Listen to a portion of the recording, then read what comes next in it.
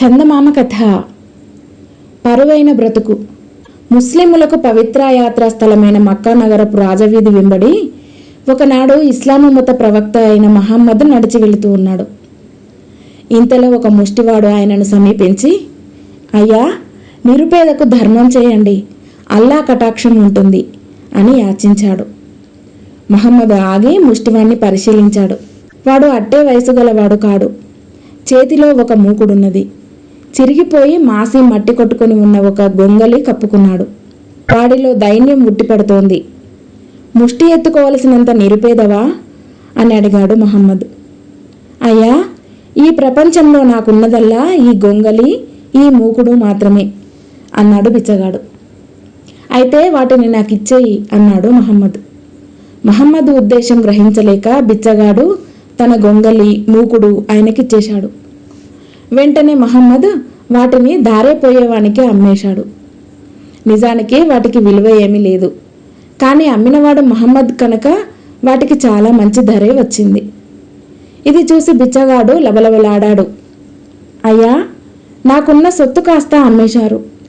గొంగలి లేకపోతే ఈ రాత్రికి నేనేం కప్పుకోను? మూకుడు లేకుండా ఎందులో అన్నం తినను? మహమ్మద్ తాఫీగా జవాబిచ్చాడు.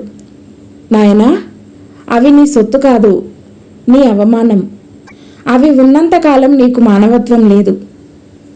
ఈ డబ్బు తీసుకుపోయి బజారులో గొడ్డలి ఒకటి కొనుక్కో. దానితో అడవిలో కట్టెలు కొట్టు.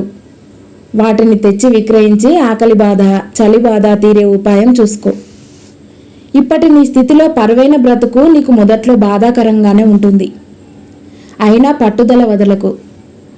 2 వారాల అనంతరం నాకు మళ్ళీ కనిపించు అన్నాడు. గత్యంతరం లేక బిచ్చగాడు ప్రవక్త చెప్పినట్టే చేశాడు.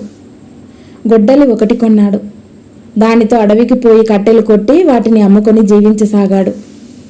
2 వారాలు గడిచాయి. ఆ వ్యక్తి తిరిగి ప్రవక్తను చూడవచ్చాడు. మహమ్మద్ అతన్ని గుర్తించలేకపోయాడు.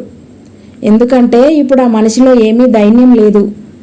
శరీరం దృఢంగా ఉంది. చూపులో చురుకుదనం వచ్చింది. చౌక బట్టలే కట్టినా శుభ్రంగా ఉన్నాయి.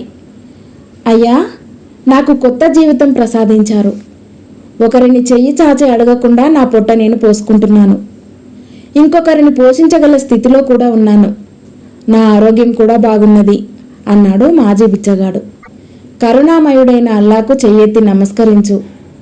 నీవు నీ జీవితాన్ని బాగు చేసుకోవటమే కాక నీ మూలంగా ఈ దేశానికి కలుగుతున్న అవమానాన్ని తొలగించావు. ఇది యాత్రాస్థలం. ఇక్కడికి వేలకు వేలు జనం ప్రపంచం 4 మూలల నుంచి వస్తారు. నీ మాతృదేశంలో మానవత్వాన్ని కోల్పోయిన బిచ్చగాళ్ళున్నారని వారు తమ దేశాలకు పోయి చెప్పుకుంటారు. అంతకన్నా అవమానకరమైనదేమైనా ఉందా? కాయకష్టం చేసి జీవించటం కన్నా పరువైన పని మనిషికి లేదు అని మహమ్మద్ హితబోధ చేశాడు. కథ సమాప్తం.